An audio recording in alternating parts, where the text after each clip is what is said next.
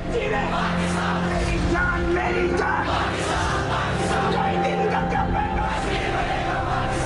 का क्या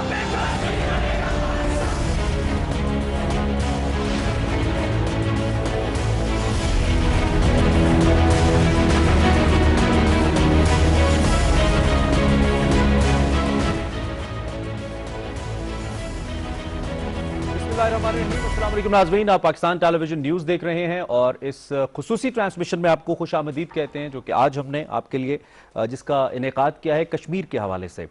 आज का दिन 19 जुलाई की हम अगर बात करें तो बहुत इंपॉर्टेंट है मामला कश्मीर को लेकर। आपको मालूम है कि आज से 1947 के अंदर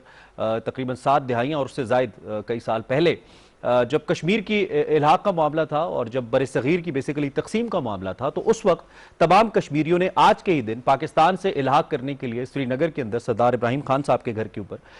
इकट्ठे होकर एक करारदाद मंजूर की और एक रेजोल्यूशन की सूरत में इस अज़्म का इरादा किया कि कश्मीर जो है वो एक मुस्लिम अक्सरियती रियासत है और वो पाकिस्तान के साथ स्टैंड करेगा इस सारी सूरत हाल के अंदर। लेकिन आप जब हम ये बात कर रहे हैं 19 जुलाई की, तो ये 14 अगस्त 1947 जब पाकिस्तान मुआरज़े वजूद में आया, तो उससे तकरीबन 25 दिन पहले की ये बात है जब ये फैसला किया गया कश्मीर की जानिब से। और जैसा कि हमें मालूम है कि एक मुआहदे की सूरत में ये दो रियासतें वजूद में आई, जिसमें एक हिंदुस्तान थी, एक पाकिस्तान थी, और इसमें यह फैसला किया गया था कि जो मुस्लिम अक्सरियती इलाके हैं वो पाकिस्तान, जबकि जो हिंदू अक्सरियती इलाके हैं वो हिंदुस्तान का हिस्सा होंगे। और ये फैसला जो रियासतें हैं वो अपनी सवाबदीद से करेंगी कि वो किस मुल्क का हिस्सा बनना चाहती हैं। इस सारी सूरत हाल के अंदर जब कश्मीर ने अपना फैसला, कश्मीरियों ने अपना फैसला पाकिस्तान के हक में दे दिया, तो भारत ने बड़ी मक्कारी के साथ पाकिस्तान और भारत यानी कि बरसगीर की तकसीम के कुछ ही अरसे के बाद कश्मीर के ऊपर हमला किया, अपनी फौजें वहां पे उतारी और बर्बरियत का मुजाहरा करते हुए, इंसानी हुकूक को पामाल करते हुए इन 1947 तकरीबन आज से 73 साल पहले कश्मीर के ऊपर कब्जा कर लिया। यह कब्जा उस वक्त बज़ाहिर ऐसा लगा कि शायद कुछ आर्जी मामलात हैं इस तकसीम के ऊपर और ये मामलात हल होंगे, लेकिन भारत ने इस बर्बरियत को कायम रखा और उस वक्त से लेकर आज तक 7 दहाइयां और उससे जायद कई साल गुजरने के बावजूद, काफी अरसा गुजरने के बावजूद आज भी कश्मीर के ऊपर यह भारतीय तसल्लुत कायम है।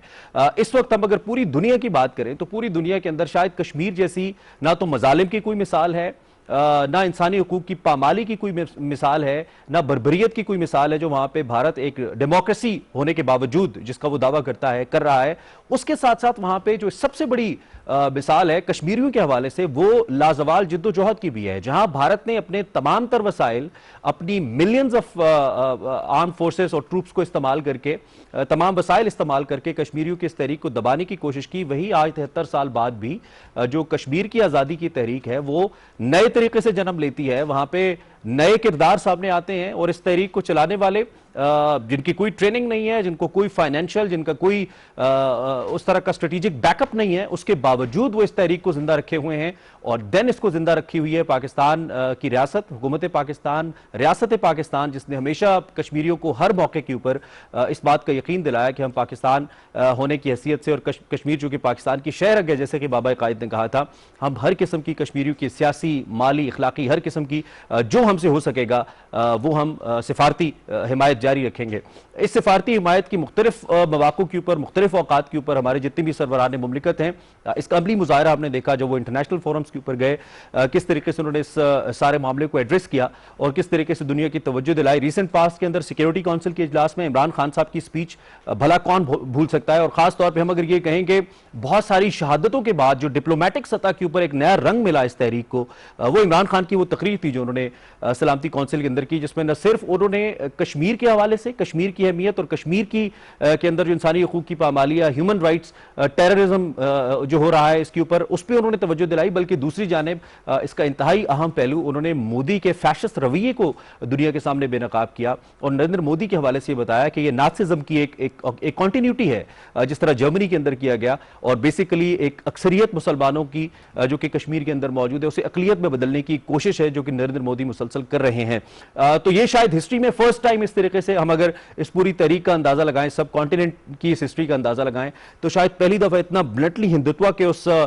रवैये को और उस माइंडसेट को किसी प्राइम मिनिस्टर ने या हाईएस्ट लेवल के ऊपर किसी चीफ एग्जीक्यूटिव ने इतना ब्लंटली बयान किया। वैसे तो हुकूमत पाकिस्तान की एक पॉलिसी रही है और हम इसको लेकर चलते आए हैं। इस वक्त ये तहरीक किस जानिब जा रही है, आज का दिन कितना इंपॉर्टेंट है और इसको लेकर आजादी की जो तहरीक है उसको किस हद तक एक नई रूह मिल सकती है, आने वाले वक्त में मामलात किस जानिब जाएंगे कश्मीर और Pakistan and then obviously India की बर्बरियत को लेकर, इस सारे मामले पे हम बात करेंगे। हमें फिल वक्त राजा मंसूर साहब ज्वाइन कर रहे हैं जो कि तहरीक इंसाफ से जिनका ताल्लुक है, मरकजी क़यादत से हैं और आजाद कश्मीर से हैं डेफिनेटली, तो इनसे हम जरा इसी हवाले से राय लेंगे। यंग है, यंग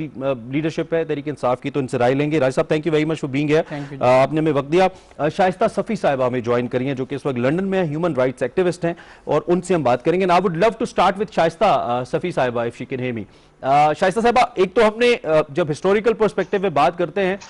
कई प्रोग्राम्स किए, कई ट्रांसमिशंस की, मुसलसल हम इस पर बात करते चले आते हैं, लेकिन इस पॉइंट ऑफ टाइम के ऊपर जब इंडिया का न सिर्फ एक माइंडसेट सामने आया आफ्टर 5 अगस्त 2019, बल्कि अब जो वहां पे इंडिया कोशिशें कर रहा है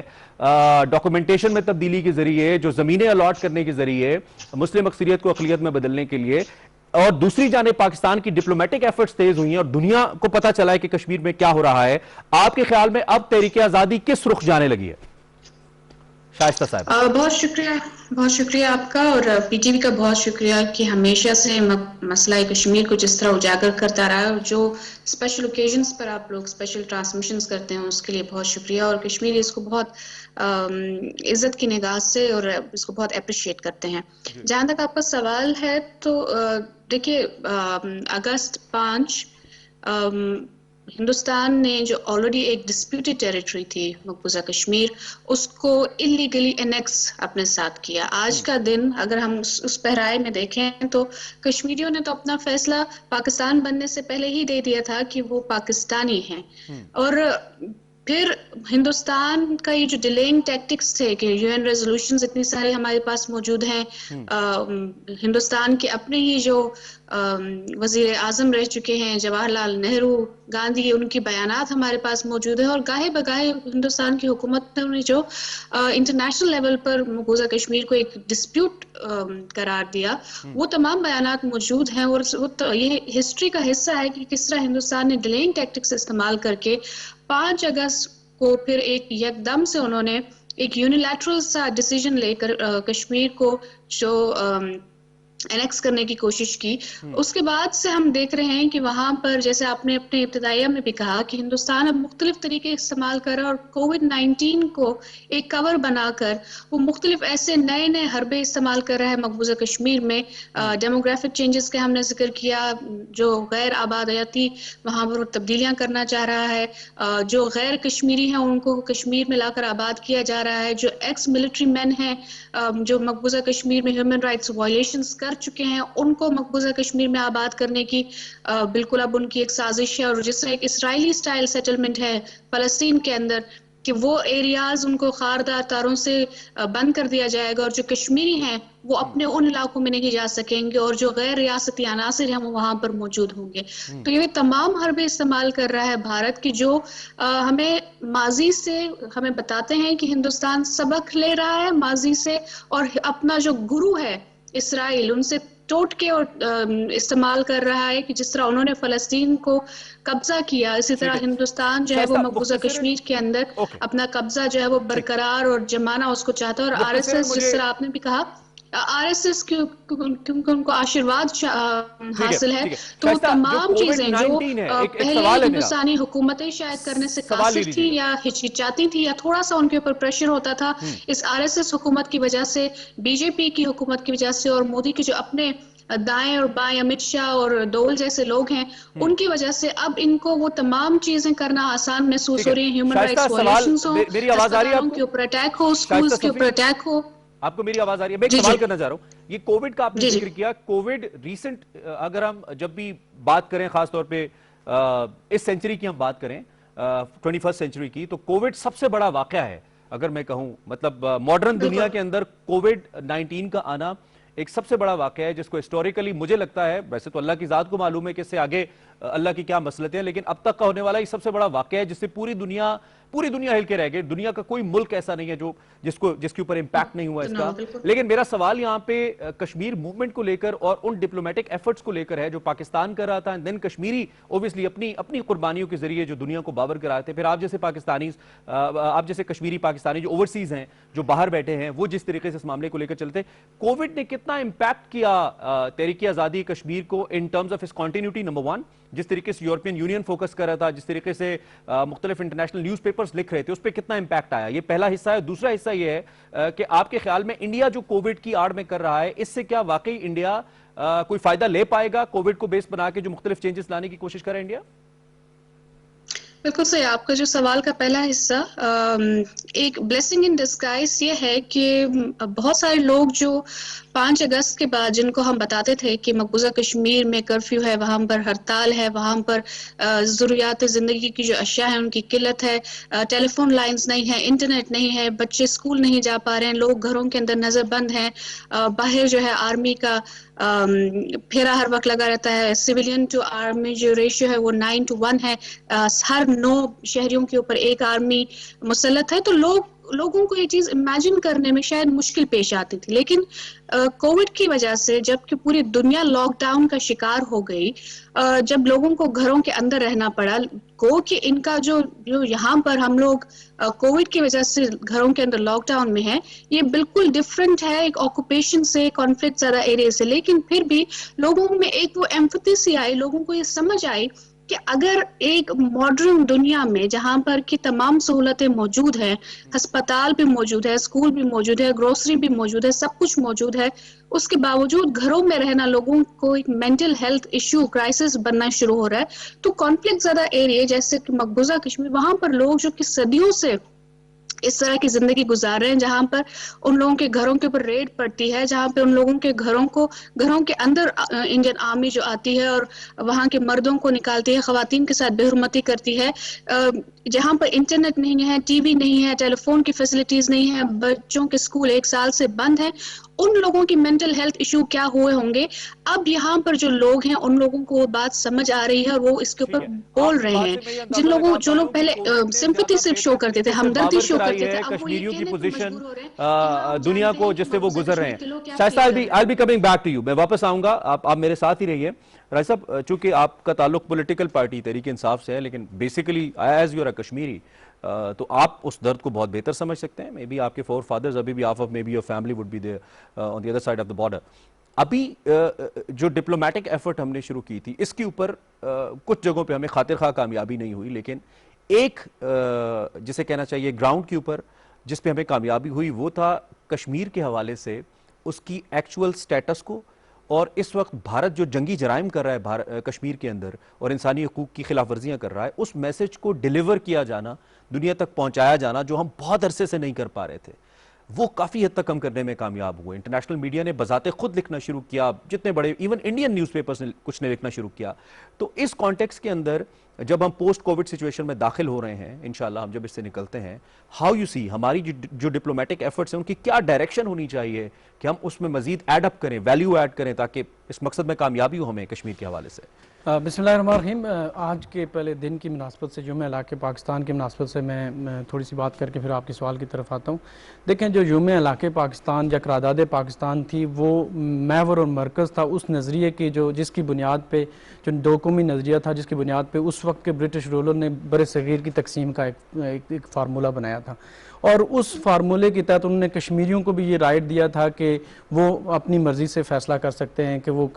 अगर आप उस वक्त के दौर के देखें तो रियासत जम्मू कश्मीर की आबादी तकरीबन 40 लाख थी, और उसमें से 77% जो थे वो उस वक्त मुसलमान थे। और वो करारदाद जो 19 जुलाई 1947 में पेश हुई, उस वक्त से लेकर आज तक वो करारदाद एक तहरीक की सूरत इख्तियार कर गई है। यानी कि आज भी मकबूजा कश्मीर के अंदर वहाँ के लोग पाकिस्तान के परचम में दफन होना चाहते हैं, आज भी वहाँ पे पाकिस्तान जिंदाबाद के नारे जो वहाँ के मुजाहिरों में लगाए जाते हैं, आज भी आज़ाद कश्मीर और मकबूजा कश्मीर के अंदर कश्मीर बनेगा पाकिस्तान का एक नारा गूंजता है, हर जगह पे गूंजता है। तो ये जो करारदाद थी वो कश्मीरियों की मंशा को डिटरमिन करती थी, और जो राइट ऑफ सेल्फ डिटर्मिनेशन का राइट इसी बुनियाद पर यूनाइटेड नेशन ने कश्मीरियों को दिया था कि वो किस तरफ जाना चाहते हैं, वो सवाब राय के जरिए वो किसके साथ इलाहा करना चाहते हैं। तो वो आज अल्लाह का शुक्र है कि जब मोदी गवर्नमेंट वहाँ पे आई है और वो आज वहाँ पे जो कठपुतली हुकूमतें थी उन्होंने भी इस बात का इकरार करना शुरू कर दिया है कि 2 कौमी नज़रिया दुरुस्त था। आप महबूबा मुफ्ती और बाकी लोगों के बयान देखें तो आपको अंदाज़ा होगा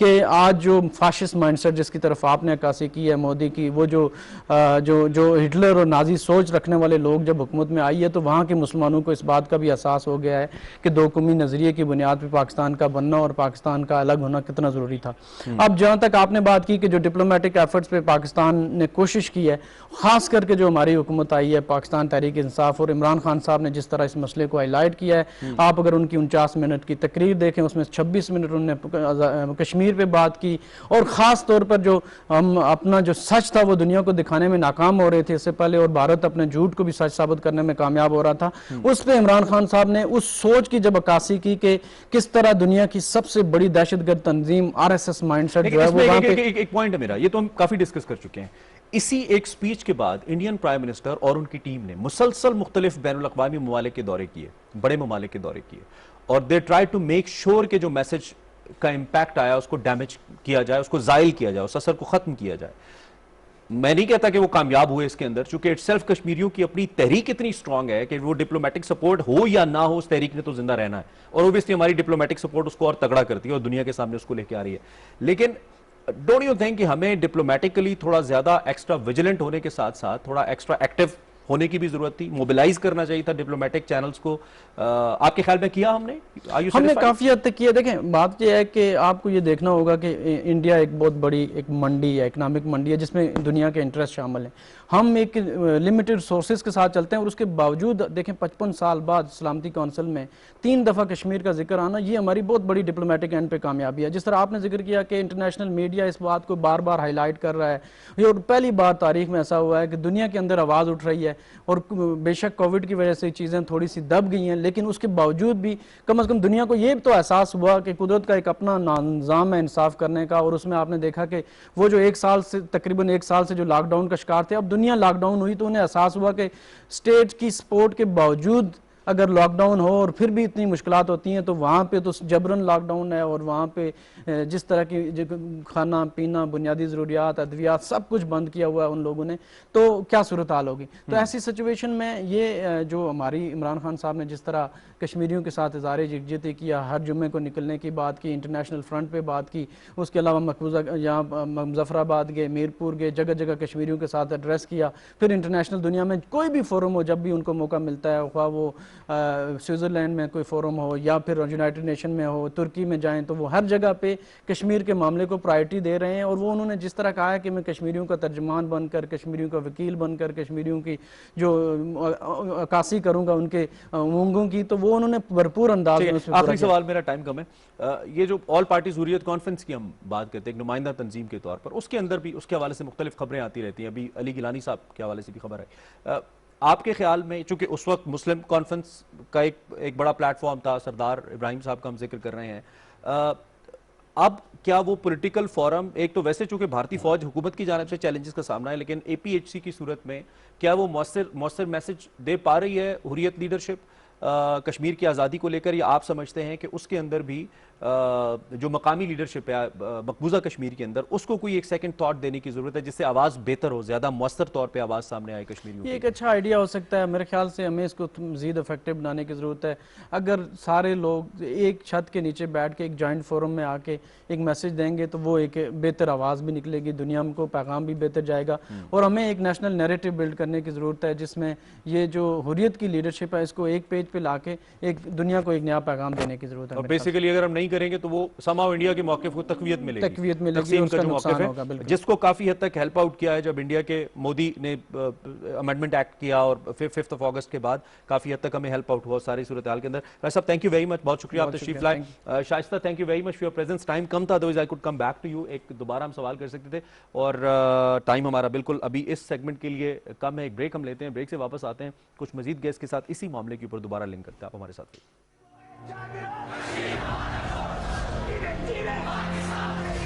मेरी जान दिन का क्या पैसा, दिन का क्या पैसा।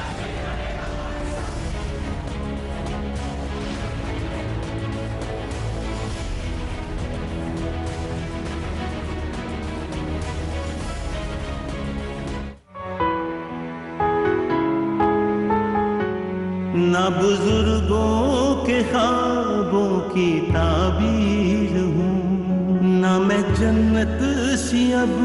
कोई तस्वीर हूँ। जिसको मिल कर के सदियों से लूटा गया, जिसको मिल कर के सदियों से लूटा गया, मैं वो उजड़ी हुई एक जागीर हूँ। हाँ मैं कश्मीर हूँ, हाँ मैं कश्मीर हूँ, हाँ मैं कश्मीर हूँ, हाँ मैं कश्मीर हूँ, हाँ मैं कश्मीर हूँ, हाँ मैं कश्मीर हूँ।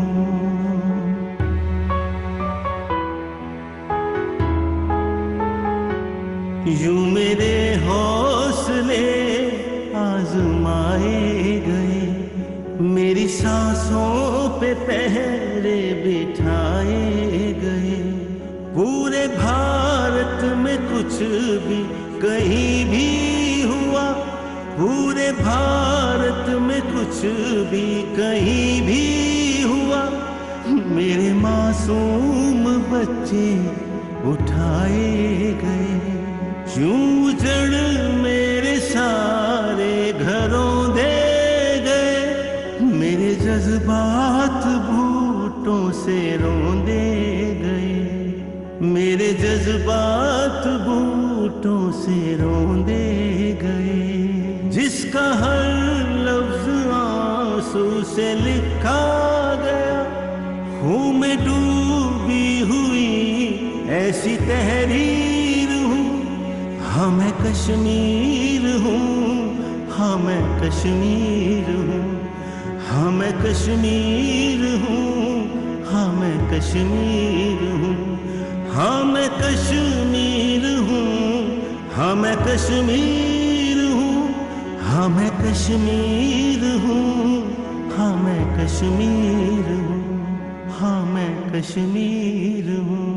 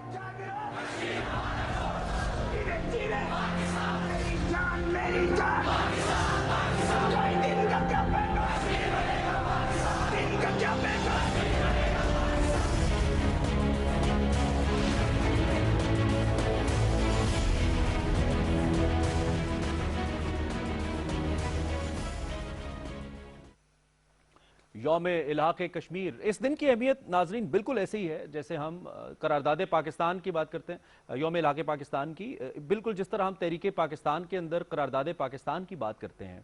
जब 1940 के अंदर 1940 के अंदर तमाम मुसलमानों ने एक आज़ाद मुसलमान रियासत के क़याम के हवाले से अपनी राय दी थी लाहौर के अंदर, बिल्कुल इसकी अहमियत उससे मिलती जुलती है, वैसी ही है कश्मीरियों की जानिब से इलाक़े पाकिस्तान के हवाले से कि वो उसका इलाक़ पाकिस्तान के साथ किया जाएगा। और यकीनी तौर पर जब भी दुनिया के अंदर हम एक डॉक्यूमेंटेड तरीके से दस्तावेजी तौर पर जब भी हम देखेंगे तो कश्मीरी अवाम का फैसला इस दस्तावेज की सूरत में मौजूद मिलेगा हमें। और फिर उसके बाद जो भारत ने किया और जिस तरीके से भारत ने कश्मीर के ऊपर अपनी दरअंदाजी दिखाई, अब तक दिखा रहा है, उसकी हिस्ट्री तो मैं पहले आप तक एक्सप्लेन कर ही चुका हूं। रशीद तुराबी साहब हमें इस सेशन के अंदर ज्वाइन कर रहे हैं। डजंट नीड एनी इंट्रोडक्शन, आप इनको डिफरेंट चैनल्स के ऊपर डिफरेंट कश्मीर के मामलात के ऊपर आप इनको बोलता देखते हैं। फिल वक्त ये चेयरमैन है पब्लिक अकाउंट्स कमेटी के कानून साज असम्बली आज़ाद कश्मीर के अंदर, उसके साथ साथ कन्वीनर है कश्मीर कोऑर्डिनेशन काउंसिल जो ऑल पार्टीज़ है उसके ये कन्वीनर हैं। तो ओबियसली उस एक बैनर के ऊपर या उस प्लेटफॉर्म के ऊपर सारी पार्टीज जमा है तो इनकी इंपॉर्टेंस बड़ी यहाँ पे ज्यादा हो जाती है, खासकर आज के दिन को लेकर। तो हम जरा इनकी भी राय इसमें शामिल करते हैं। तो राबी साहब, thank you for your precious time for being here, बहुत शुक्रिया तशरीफ लाए। हम इससे पहले तो जो फैशिज्म है, फैशिस्ट अप्रोच है, उसकी हम बात कर रहे थे। और कोविड का साथ हमने जिक्र किया। तो मैं भी जो स्टार्ट करना चाहूँगा वो इस वक्त जो हमारी डिप्लोमेटिक एफर्ट्स हैं, क्योंकि एक अरसे तक हम इस बात पे यकीन करते रहे कि शायद अक़वाम मुत्तहिदा जो मुख्तलिफ कागजाती हक़ाइक़ हैं उसको लेकर, और ख़ुद चूँकि भारत इस मामले को अक़वाम मुत्तहिदा के अंदर लेकर गया था, तो उसके ऊपर कुछ ना कुछ एक्शन हमें नज़र आएगा, लेकिन ऐसा सच नहीं हुआ। लेकिन देन जब तहरीक इंसाफ की गवर्नमेंट आई, उसके बाद जब गवर्नमेंट ऑफ पाकिस्तान ने थोड़ा ज़्यादा इसको परसू किया बेहतर तरीके से, इंटरनेशनल मीडिया ने लिखना शुरू किया इसके ऊपर, तो अब इस मूवमेंट के अंदर हमें तहरीक तो नज़र आती है। लेकिन अब जब कोविड सिचुएशन से दुनिया निकलती है, यूरोपियन यूनियन निकलता है, आपको लगता है कि कश्मीर की जो तहरीक है उसको मजीद तक़वियत मिलेगी? दुनिया इटसेल्फ लॉकडाउन में रहने के बाद लॉकडाउन की मीनिंग्स को बेहतर समझेगी कश्मीरियों के कॉन्टेक्स्ट के अंदर? सारी सिचुएशन का अहाता ज़रा हमारे सामने रखिए। बिस्मिल्लाहिर्रहमानिर्रहीम। मैं शुक्रिया अदा करता हूँ PTV का और आपका। सबसे पहले तो आज के दिन की जो अहमियत है, देखिए हर तहरीक की एक नज़रियाती बुनियाद होती है। जैसे आपने जिक्र किया कि तहरीक पाकिस्तान में करारदाद पाकिस्तान की एक अहमियत है, तो इसी तरह जो तहरीक आज़ादी कश्मीर है उसमें आज के दिन की बड़ी अहमियत है। रियासत जम्मू कश्मीर के जो मुस्लिम अवाम हैं, महाराजा की इस्तिबदाद के ख़िलाफ़ वो जदोजहद करते रहे, और 13 जुलाई 1931 एक तारीख़ी दिन है, वो वहाँ पर शहादतें पेश की। और उससे आप पीछे चले जाएँ 1832 से लेकर डोगरा इस्तिबदाद के ख़िलाफ़, सिख रजीम के ख़िलाफ़ कश्मीरियों की जदोजहद चलती रही। और बिलाखिर जब पूरी बरे सग़ीर की उम्मत मुस्लिमा उठी इन अज़ाइम के साथ कि उनका अपना एक मादर वतन हो जिसमें अपने अक़ायद के मुताबिक और कुरान और सुन्नत के मुताबिक, अपनी रवायात के मुताबिक वो ज़िंदगी बसर कर सकें, तो उस पस मंज़र में, बल्कि उस तहरीक को महमियत देने में भी तहरीक आज़ादी कश्मीर ने एक किरदार अदा किया। और जब ये सारा अमल तकमील के मरहले में था, तो फिर कश्मीरी क़यादत ने, उस वक्त की कश्मीरी क़यादत ने यह महसूस किया कि महाराजा हरी सिंह और फिर उस वक्त की जो कांग्रेस लीडरशिप थी, नेहरू थे, गांधी और दूसरे लोग, पटेल वगैरह, और फिर उसमें लॉर्ड माउंटबेटन वो भी इस साजिश में शरीक था कि रियासत जम्मू कश्मीर के एक फितरी हिलाक के अमल को रोकने के लिए वो साजिशों पे उतर आए हैं। ठीक है। तो उस मौके पर आज के दिन श्रीनगर में एक इजलास हुआ गाजी मिलत सरदार मोहम्मद इब्राहिम खान के घर।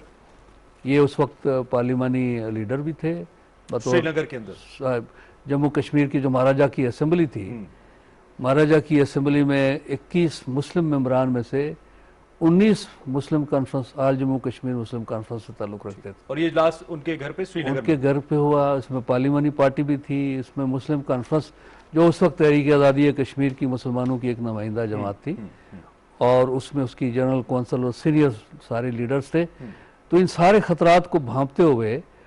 उन्होंने रियासत जम्मू कश्मीर के अवाम की नुमाइंदगी करते हुए एक करारदाद पास की कि इन सारी साजिशों को मुस्तरद किया और ये ऐलान किया कि रियासत जम्मू कश्मीर का जो इल्हाक है वो इस्लामी जमहूरिया पाकिस्तान के साथ होना चाहिए। तो उस वक्त से लेकर आज तक छोटा सा नुक्ता इसमें है कि उस वक्त वो जो लीडरशिप थी, जैसे आपने सरदार इब्राहिम साहब का जिक्र किया, बड़ी विजनरी लीडरशिप थी, वो बड़ा दूर। तो क्या उस वक्त की लीडरशिप को भारत या भारतीय क़यादत के जहन में मौजूद इस खलफशार को भांपने में कोई गलती हुई? क्योंकि इंडिया की नीयत तो समहाउ, या उस वक्त जो हिंदुस्तानी लीडरशिप थी, आपने खुद भी उसका जिक्र किया, वो तो काफी हद तक वाज़ेह थी। They never wanted Kashmir to go to Pakistan, because Kashmir की जो स्ट्रेटेजिक अहमियत है पाकिस्तान को लेकर या दुनिया को लेकर, हमें मालूम है कि वो कितनी ज्यादा है, और इंडिया के लिए भी उसकी अहमियत बहुत ज्यादा है। तो क्या उस वक्त कहीं ना कहीं कोई ऐसी गलती हमसे बीइंग पाकिस्तानीज, बीइंग कश्मीरीज हुई कि हम उस नीयत को भांप नहीं सके और कुछ ऐसे मेजर्स पहले नहीं ले सके कि भारत इसको प्रीएम्प्ट ना कर सकता है सारी सूरत हाल में? ऐसा कुछ मैं समझता हूँ कि लीडरशिप ने तो बिल्कुल सही प्रीएम्प्ट किया आने वाले। पॉलिटिकली तो देवर ऑन पॉइंट, पॉलिटिकली तो उन्होंने फैसला टाइमली कर लिया। लेकिन कश्मीरियों की सतह पे जो हमारा समझ लीजिए कि एक कश्मीरी क़यादत की सतह पे, शेख अब्दुल्ला भी कश्मीरी क़यादत का हिस्सा थे। बदकिस्मती से उन्होंने भारत को कंधा दे दिया। अगर वो उस वक्त भारत को कंधा ना देते तो भारत को वहाँ पर मुदाखलत का, और फिर वहाँ जिस तरह से उसने फोर्सेज लैंड किए हैं, महाराजा तो चूंकि वहां से बेदखल हो गया, उन्हीं की जो एक लड़ी है वो अब वही चीज भुगत रही है। और आज रेशा दवानियों आज उनके आज उनके बेटे फारूक अब्दुल्ला, उनके पोते ये तस्लीम करने को मजबूर है। अभी 5 अगस्त के इक़दामात के बाद बिल्कुल उन्होंने कहा कि वही 1947 में हमारे वालिद ने गलत फैसला किया, जिसके नतीजे में, तो इसमें सबक यह है कि लीडरशिप जब कोई गलत फैसला करती है तो कौमों को फिर सदियों भुगतना पड़ते हैं, और कौमों को समहाउ लीडर्स भी फिर वैसे उन लोगों को एम्पावर करना चाहिए जो इस काबिल हो।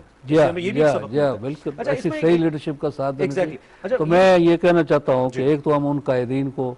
उन सारे मुजाहिदीन को, उनके विजन को हम सलाम पेश करना चाहते हैं, और उसी सिलसिले में आज जो तहरीक चल रही है कश्मीर के अंदर, आप देख लें वही जज्बात हैं पाकिस्तान के साथ। बिल्कुल ऐसे वहाँ के नौजवान शहादत से पहले हैं, कम नहीं हुए, शहादत से पहले वसीयत करते हैं कि वो शहीद हो जाएं, हमें पाकिस्तान के परचम में लपेट के दफन किया जाए, और वहाँ पर जो पाकिस्तान के परचमों की बाहर गोलियों पे सीने खा के नौजवान जो हैं वहाँ पर परचम लहराते हैं शहदा के जनाजों में, उनकी कब्रों पर। तो ये उसी एक जज्बे का तसलसल भी है। वैसे तो ये सवाल थोड़ा अस्करी नौयत का है, अगर कोई अस्करी लिहाज से तजर्बाकार शख्सियत होती तो इसका बेहतर जवाब देती, लेकिन बीइंग कश्मीरी में आपसे भी, क्योंकि कश्मीर जो कौम है वो भी लड़ने के अंदर और जज्बे के अंदर उसका भी एक अपना हिस्टोरिकली एक उसका मकाम है। जब एक लंबे अरसे तक एक स्ट्रैटेजी वर्कआउट नहीं करती अस्करी लिहाज से, तो अमूमी तौर पर देखा जाता है कि उसे तब्दील किया जाता है। मैं मिसाल अमरीका की दे देता हूँ, अफगानिस्तान के अंदर कि जब उसने एक जंग का फैसला किया और मुसलसल कोशिश की कि तालिबान को शिकस्त दी जाए वहाँ पे, लेकिन अब आके तकरीबन 20 साल होने को हैं, उसने ये देखा है कि शायद जंग इसका सोल्यूशन नहीं है और वो मुज़ाकरात की जानिब जा रहा है। हालांकि वो दुनिया के सुपर पावर है और तालिबान कोई ऑर्गेनाइज्ड आर्मी नहीं है तालिबान। इस सूरत हाल को देखते हुए हम अगर भारत के ऊपर इसको अप्लाई करें तो भारत ने 70 साल से भी कोशिशें की हैं, मुसलसल कश्मीरियों को मारा है, लेकिन उसके बावजूद तहरीक न सिर्फ के कम नहीं हुई बल्कि पहले से बढ़ गई है और मुश्किलात में इजाफा हो गया है। किसी पॉइंट के ऊपर अब आपको लगता है कि भारत को इस स्ट्रैटेजी को चेंज करना पड़ेगा ड्यू टू दिस मूवमेंट जो कि चल रही है कश्मीर के अंदर? देखिए, उसूलन तो भारत को जाहिर है कि इस पर गौर करना चाहिए कि सारे हथकंडे आजमाने के बावजूद, देखिए 30 साल से 8 लाख फौज सारे इख्तियारात के साथ ऑपरेट कर रही है, सारे बुनियादी इंसानी हुकूक मुअत्तल हैं। गुज़श्ता 30 साल से जो कुछ वो कर सकते थे कत्लेआम उन्होंने किया है, और हज़ारों की तादाद में वहाँ नौजवान वो मास ग्रेव्स जो गुमनाम शहदा की कब्रें हैं वो दरियाफ्त हो रही हैं। हमारे कायदीन हुर्रियत जो है उनके साथ जो कुछ खवातीन और बच्चों को नहीं, कुछ शहीद हो गए, कुछ जेलों के अंदर हैं। हमारे 92 साला कायद हुर्रियत सैयद अली गिलानी गुज़श्ता 11 साल से अपने घर के अंदर महबूस है। यासीन मलिक साहब को आप देख लें, शबीर शाह को देख लें, अब्दुल हमीद फ़याज़ हैं हमारे जमात इस्लामी मकबूजा कश्मीर के अमीर, 5,500-6,000 अपने साथियों के साथ जेलों के अंदर हैं। अशरफ सराई साहब हैं, और इसी तरह से आसिया इंद्राबी, यानी किस किस का हम नाम लें तो सारे जबर तशद्दुद और रियासती दहशत गर्दी के बावजूद वहाँ पर जज्बा आज़ादी जो है वो अल्हम्दुलिल्लाह पहले से ज़्यादा है। उनके हर हथकंडे के नतीजे में वहाँ पर एक और नए अंदाज से लहर उठती है। स्ट्रैटेजी चेंज करना पड़ेगी। बुरहान वानी की शहादत के बाद आप देखें उनको करनी चाहिए, लेकिन ये जो एक देखिए हिटलर को भी बड़े मौके मिले जी। एक बड़ी वो फौजी ताकत थे और एक मौके पर सारा यूरोप उनकी शराइत पर समझौता करने के लिए तैयार था, लेकिन उसने अपने मुंतकी इंजाम तक पहुंचना था, इसलिए उसने सारे मौके ज़ाया किए। अच्छा, इसी तरह देखिए, और सवाल इतने मैं चाहता हूं मैं सारे नुकात आपके सामने रख दूं। नरेंद्र मोदी ने इंजाम तक पहुंचाना है भारत को। जो पब्लिक प्रेशर है, मैं इसी तरफ, आपने मेरा जो पब्लिक प्रेशर है वो बड़ा रोल प्ले करता है, और ऑब्वियसली नरेंद्र मोदी एक सियासी लीडर है, चाहे उसका मंशूर जो भी है, मंशूर चाहे उसका दहशतगर्दी के ऊपर है, इंतहा पसंदी के ऊपर बेस्ड है, एंटी मुस्लिम, एंटी पाकिस्तान है, एंटी कश्मीर है, लेकिन वो एक पॉलिटिकल है, लीडर है। इस सारी सूरत हाल के अंदर पब्लिक प्रेशर बहुत रोल प्ले करता है। अमरीकी अवाम की मैं बार बार मिसाल इसलिए दे रहा हूं क्योंकि हमारे रीजन के अंदर एक बड़ी जबरदस्त एक क्लासिक एग्जांपल है। अब अमरीकी अवाम बिलबिला उठे जब उन्होंने कहा कि हम तो मुआशी तौर पे पीछे रह गए, हमारा तो सारा पैसा जंग के अंदर चला गया। So is India investing billions of dollars Kashmir के अंदर अपनी फौज के ऊपर, जहां पे आपने लाखों 8-9 मिलियन फौज रखी हुई है। तो एक टाइम ऐसा नहीं लगता आपको कि अब जो इंडियन अवाम है, जो भारतीय अवाम है, उसको भी क्वेश्चन करना चाहिए अपनी हुकूमत को कि आप इतने पैसे वहां पे, अगर वहां पे अमन है जो आप कहते हैं, अगर कश्मीर में कोई मसला नहीं है, तो आप इतने पैसे किस चीज पे लगा रहे हैं, इतनी फौज क्यों रखी है आपने? डोंट यू थिंक इंडियन अवाम को भी क्वेश्चन करना चाहिए? इंडियन अवाम और इंटेलेक्चुअल्स तो वो तो पीट रहे हैं, लेकिन जो हिंदू सेंटिमेंट है आप देखिए, जो सर्वेज आ रहे हैं, पसंद सेंटिमेंट, जो इंतहा पसंद सेंटिमेंट, ये जो सारे इकदाम किए हैं ये उनके वो वादे थे, कमिटमेंट्स थे जो कि इलेक्शन मंशूर में उन्होंने कौम से की थी, इन पर अमल दरामद करते हुए जो अपना कमिटेड वोट बैंक है वो समझते हैं कि और ज़्यादा कमिट हो गया है, उनको हमने मुतमईन कर लिया है, इसलिए वो इस स्ट्रेटजी से पीछे हटने वाले नहीं है। बल्कि उन्होंने जो अगले ऐलानात किए हुए हैं कि हमने आज़ाद कश्मीर पर हमला करना है, उस पर कब्ज़ा करना है और उसको आज़ाद कश्मीर गिलगित बल्तिस्तान वो अपना उसको हिस्सा जाहिर कर रहे हैं, वहाँ का वो मौसम दिखा रहे हैं, और उसके हवाले से जो उनकी स्ट्रेटजी है फ्लैग ऑपरेशन के नाम से हमारे ज़िम्मेदारान भी, अस्करी सियासी कायदीन भी वक्तन फ़क्तन बयानात देते रहते हैं, तो वो बिल्कुल अगली हमाकत कर सकता है, बल्कि अभी तक कर चुका होता अगर ये चीन की तरफ से लद्दाख में उसको प्रेशराइज ना किया जाता, या इस तरह नेपाल या भूटान या जितने भी सार्क ममालिक की तरफ से एक प्रेशर उसको है, एक उसको आइसोलेशन की तरफ इंडिया बढ़ रहा है, ये हमारे लिए एक अपॉर्चुनिटी भी है, तो हमें उससे कोई खैर की तवक्को नहीं रखनी चाहिए। बल्कि अभी जो पिछले 2 दिन के अदाद शुमार आ रहे हैं कि वो कोई हज़ारों की तादाद में RSS के गुंडों को कश्मीर के अंदर कैंटोनमेंट्स में ला के वो बैठाना चाहते हैं, उनके ज़रिए एक और जो है वो सिविल वार, सिविलियंस पर अटैक्स, जिस तरह से कि उन्होंने दिल्ली में किया है, फौज के साथ उनके RSS के भी जो है कोई भी मुजाहरा है, कोई भी इवेंट है, उसको सबटाज करने के लिए उन्होंने किया है, तो हमें बिल्कुल खदशात हैं इस बात के कि अगर हमने आलमी सतह पर इतनी बड़ी, हम महज एक चीन की सपोर्ट के अलावा जो चीन ने हमें डिप्लोमेटिकली भी दी है, और स्ट्रेटेजिक पार्टनर तो हमारा है ही, दोस्त भी है, पड़ोसी भी है, दुनिया से हम मुतमईन नहीं हैं, दुनिया ने उस तरीके से हमें रिटर्न नहीं किया है। डोनाल्ड ट्रंप ने हमारे प्राइम मिनिस्टर के सामने बैठ के कहा कि मैं मीडिएट करूंगा सारी सूरत हाल को, और बाद में वो जब इंडिया गए तो उन्होंने मोदी के हाथ की चाय पीने के बाद उन्होंने कहा कि हम ये इंटरनल इशू है दोनों ममालिक, अगर कहेंगे तो मैं कर दूंगा। कहने का मतलब ये कि इंडिया, अमेरिका एक रोल बहरहाल प्ले कर सकता है, लेकिन अमेरिका की अपनी पॉलिसी भारत के हवाले से करंट सिनेरियो के अंदर कुछ अजीब मिक्स्ड की सी सूरत हाल हमें नजर आती है। जैसे रिसेंटली आपने देखा होगा कि भारतीय जो स्टूडेंट्स हैं जो ऑनलाइन पढ़ रहे हैं वहाँ पे, उनके वीज़ास को कैंसिल कर दिया अमेरिका ने। तो ये बेसिकली जिस छप्पर छाया के अंदर सारा इंडिया ये इकदाम कर रहा था रीजन को डिस्टेबलाइज करने का, आपको लगता है कि फ्यूचर में इंडिया को बैक ऑफ करना पड़ेगा, शायद अमेरिकी सपोर्ट देखिए इसमें ये आप देखिए ना कि एक तो उन्होंने भारत को अपना स्ट्रेटेजिक पार्टनर डिक्लेयर किया है, सेंसिटिव सास टेक्नोलॉजी उसको वो, और उसमें अमेरिका और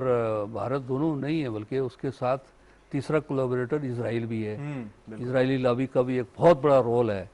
ये इस नक्शे को डेवलप करने में। और इसलिए अब जो चीन, पाकिस्तान और रशिया के दरमियान जो एक मफाहमत हो रही है, CPEC प्लस ये जो एक सफबंदी हो रही है, और जिस तरह से सार्क ममालिक में भारत आइसोलेट हो गया है, ये एक नया सिनारियो है, ये मैं समझता हूँ कि एक बड़ी भारत की उम्मीदों के बरक्स है, आप समझते हैं? उसकी बिल्कुल उसके बरक्स है। फिर खलीजी ममालिक के अंदर इस वक्त जिस तरह से कि अवेयरनेस है, वहाँ पर इंसानी हकूक़ की तंजीमें हैं, वहाँ पे हिंदुस्तान के अंदर मुसलमानों के साथ जो कुछ हो रहा है, वहाँ के इंटेलिजेंशिया, उलमा इकराम जिस तरह से इस वक्त वो सोशल मीडिया पे कैंपेन कर रहे हैं, उसकी रिफ्लेक्शन में नजर आई है। अभी साहब खत्म हो गया टॉपिक, तो ऐसा कि दिल करता है कि मजीद इस पे आपसे बात की जाए, तो मौके इनसे फायदा उठाया जाए। जी बिल्कुल ठीक है। इस अहम दिन के हवाले से रशीद तुराबी साहब ने एक तो इसका हिस्टोरिकल पर्सपेक्टिव हमने जाना, और करंट सिनेरियो के अंदर इसकी क्या इंपॉर्टेंस है इसमें बात करें। ट्रांसमिशन हमारी जारी है, मैं अगले घंटे में भी आपका साथ दूंगा। एक ब्रेक के बाद मिलते हैं।